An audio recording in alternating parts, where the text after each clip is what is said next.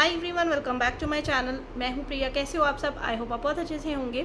जो लोग मेरी वीडियो पहली बार देख रहे हैं उनके लिए बता दूं कि मैंने अपनी प्रेगनेंसी के लिए पहले IUI करवाया, जिससे मुझे एक टॉपिक प्रेगनेंसी हो गई जो कि कंटिन्यू नहीं की गई। फिर मैंने IVF करवाया, जिससे मुझे ट्विंस प्रेगनेंसी हुई। मेरे 2 बेटे हैं। जो भी एक्सपीरियंस है इस पूरे ट्रीटमेंट का, वो मैं वीडियो के थ्रू यहाँ पर आपके साथ शेयर करती रहती हूँ। आज की वीडियो होने वाली है जो फैलोपियन ट्यूब होती है, यानी कि हमारी गर्भनाल होती है, वो कई बार बंद हो जाती है, या फिर सबसे पहला जो हमें जब हम प्रेगनेंसी हमें नहीं हो पाती नेचुरल, तो हम डॉक्टर के पास जाते हैं तो डॉक्टर कहते हैं कि तुम्हारी ट्यूब बंद है।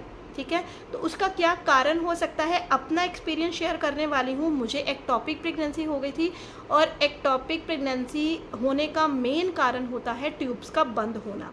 तो सबसे पहले तो मैं बता दूं कि फैलोपियन ट्यूब हमारे जो बॉडी होती है उसमें 2 होती हैं। अगर किसी चांस से एक ट्यूब बंद हो जाए और एक खुली हो तो प्रेगनेंसी का चांसेस 50% हो जाते हैं, और अगर दोनों ही ट्यूब बंद हो जाती हैं तो जो है मतलब आपके चांस ही नहीं रहता प्रेग्नेंट होने का। तो फिर आपको IVF की सलाह दी जाती है। और ये क्यों हो जाती हैं, क्या इनके कारण हो सकते हैं, उसके बारे में मैं आपके साथ आज बात करने वाली हूँ।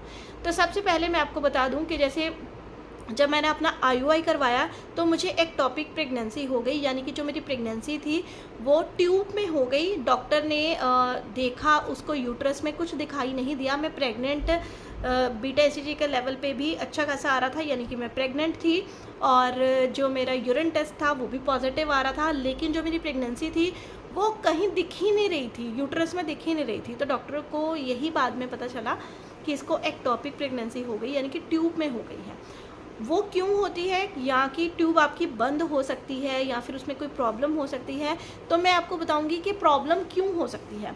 तो इसके काफ़ी ज़्यादा कारण हो सकते हैं। एक कारण जो होता है वो होता है TB का, यानी कि ट्यूबरक्लोसिस का, जो कि मुझे हुआ था।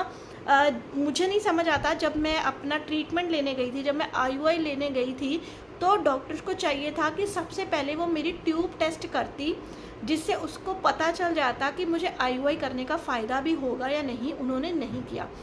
क्या पता मुझे तब ही TB हो, जो मेरा अब जाके रिज़ल्ट जब मेरा IVF स्टार्ट हो गया था, तब मेरा बाद में जो डॉक्टर को लगा कि इसको TB होगा, तो मुझे TB की दवाई खिलाई गई।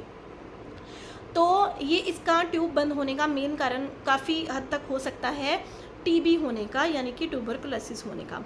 दूसरा कारण जो डॉक्टर्स बताते हैं एंडोमेट्रियोसिस का हो जाता है, यानी कि सिस्ट हो सकते हैं आपके यूट्रस के कहीं अंदर, या फिर ट्यूब में कहीं अंदर, उसमें सिस्ट हो सकते हैं, जिसकी वजह से आपकी जो ट्यूब्स हैं वो ब्लॉक हो सकती हैं।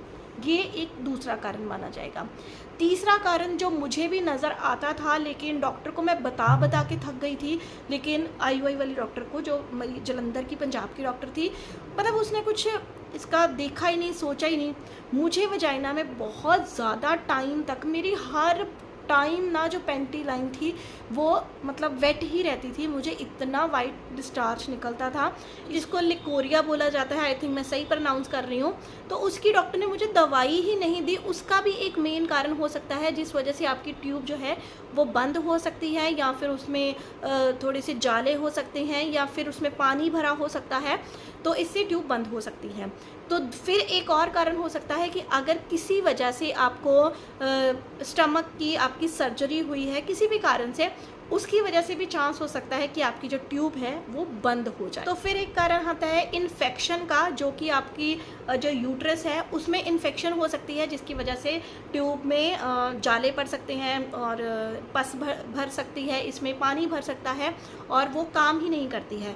और अगर ट्यूब काम नहीं करेगी तो आप प्रेग्नेंट ही नहीं हो सकते, क्योंकि जो स्पर्म और एग जो है वो फर्टिलाइज ही ट्यूब में होता है।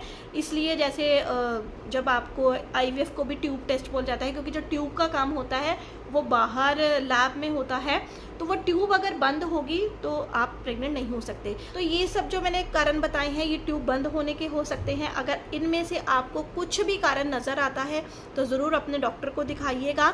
और अगर आपकी डॉक्टर ने आपको ट्यूब बंद होने का बोला है, तो कभी कभी डॉक्टर ट्यूब टेस्ट के टाइम पे भी इसकी सर्जरी, मतलब जब आप ट्यूब टेस्ट करते हैं तो थोड़ी सी सर्जरी कर देते हैं, जिसकी वजह से आपकी ट्यूब खुल सकती है और आप प्रेग्नेंट हो सकते हो। मैं आपको यही कहूँगी कि अगर आपके डॉक्टर ने आपको बोला है कि हम एक बार ट्यूब टेस्ट करके देखते हैं तो ज़रूर करवाइएगा ट्यूब टेस्ट, क्योंकि पहले होता था कि नो डाउट ये काफ़ी पेनफुल प्रोसेस होता है, लेकिन इसको अब बेहोशी की हालत में कर दिया जाता है तो पता भी नहीं चलता है। डॉक्टर को आप रिक्वेस्ट कीजिएगा, कहिएगा कि आपको ये बिना बेहोशी के नहीं करवाना है, बेहोशी में ही करवाना है, क्योंकि अगर आप वैसे करवाओगे तो काफ़ी ज़्यादा पेनफुल हो सकता है, काफ़ी ज़्यादा पेनफुल, जो कि आपको सारी लाइफ याद रहे। तो इसलिए इसको बेहोशी में करवाइए। इससे आप IVF करवाने से बच सकते हैं। अगर आपको डॉक्टर कह रही है तो ज़रूर इसको करवाइएगा। होप मेरी इस वीडियो से आपको पता चल गया होगा कि क्या क्या कारण हो सकते हैं। तो प्लीज़ इस वीडियो को शेयर ज़रूर कीजिएगा। ऐसी ही और वीडियोज़ के लिए मेरे चैनल को सब्सक्राइब कर लीजिए। मिलती हूँ आपको अपने अगली वीडियो के साथ, तब तक के लिए अपना ध्यान रखिए एंड बाय बाय।